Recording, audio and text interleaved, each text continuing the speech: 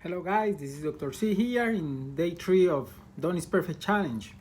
So basically, we talked yesterday about the generals of the nervous system, the sensory portion, the autonomic portion, and the motor portion. Today we're gonna focus on the sensory portion.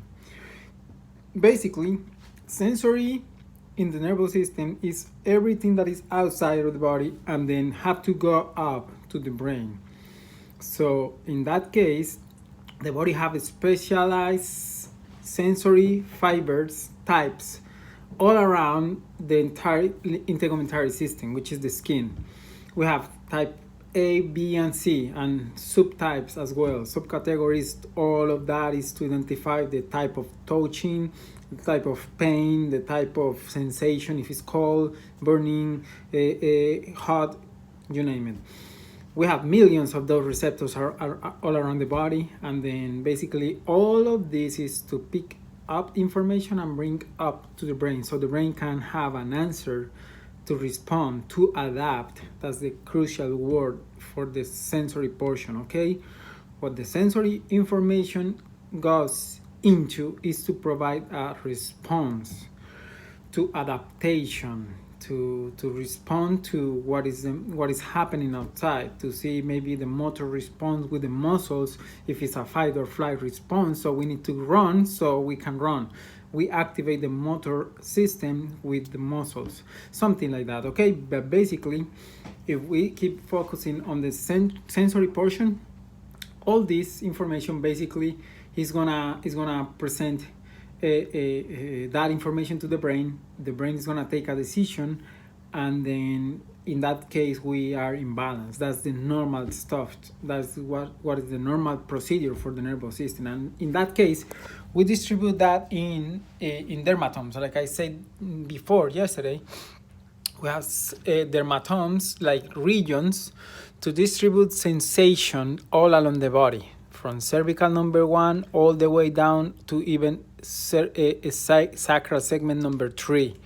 Okay, so all of that, and this graphic in here as well can show how is that distribution. This is more general for sciatic nerves as well, but this in here for the thoracic spine, these intercostal nerves comes with the ribs, and this is also transmitting mostly sensory portion as well for the thoracic spine, for the thoracic region as well. So this is the point. What happens when there is any type of input alteration of the information that's coming up to the brain and is altered? Like even the first example of the first case in chiropractic with Harvey Lillard, he being deaf, he was adjusted by the founder of chiropractic, and he started hearing again. So, and this type of miracles happens in chiropractic, but basically we don't want to say it's miracles, because miracles just belongs to Jesus. Basically, I believe that we are capable of restore the nerve flow, and that's it. But basically God made us perfect. But the only thing is a phrase that is out there saying that nature doesn't need any type of help, just no obstruction, nothing to interrupt that. It's exactly the same thing that happened with the human body. We don't need any type of supplementation, additional or something like that. We just need no interference to the nervous system, to the nature of the nervous system.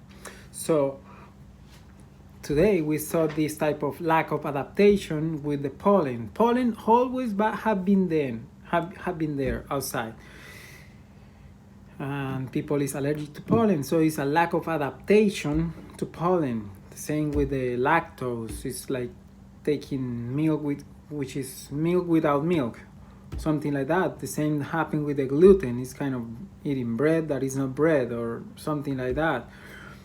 So it's lack of adaptation. If we look at the health in that particular way, instead of being like, okay, I can take this, but not with this. So no, the body is supposed to be capable of doing any type of things, unless you have any developmental disorder that you have issues since you were before you were born. So maybe you can be, without impairment. But other than that, if you were capable before of drinking milk, whole milk, and now it's kind of no, just lactose free, so I'm not criticizing this. I'm just telling you that probably this is a lack of adaptation, and it's only that.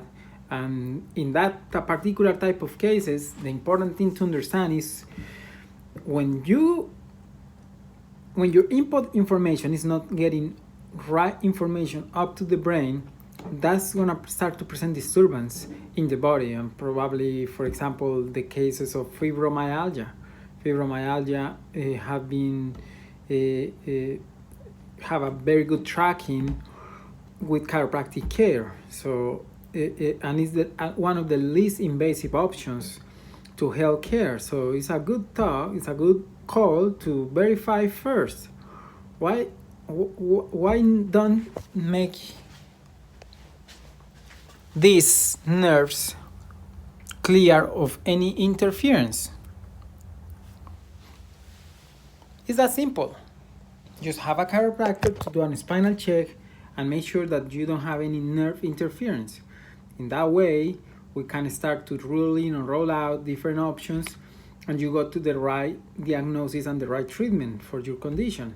So, but if you have any type of sensory issues that are coming not just because of the sensory nerve ending fiber that we have around the body, maybe from the cranial nerves like the olfactory, the ophthalmic, the trigeminal nerve, that is sensation, like maybe you feel crazy sensations in the face, that's cranial related to cranial nerve number 5. And even that can develop a type of pain that is called suicidal pain. So it's a hard pain. So it's something that is important to have checked. And also the cranial nerve number 8, which is the vestibulocochlear. So the vestibular part is the one that is in charge of balance, and the cochlear part is the one that is in charge of hearing. So probably this is another option as well. So all of this is important to make sure you have the right type of examination, the right type of treatment. Chiropractic is another option that you can check instead of just being focusing on low back pain or neck pain. Chiropractic is more than that, okay? So that's the information for today, day number 3, the Done is Perfect challenge. Have a great day, and thank you so much. Bye-bye.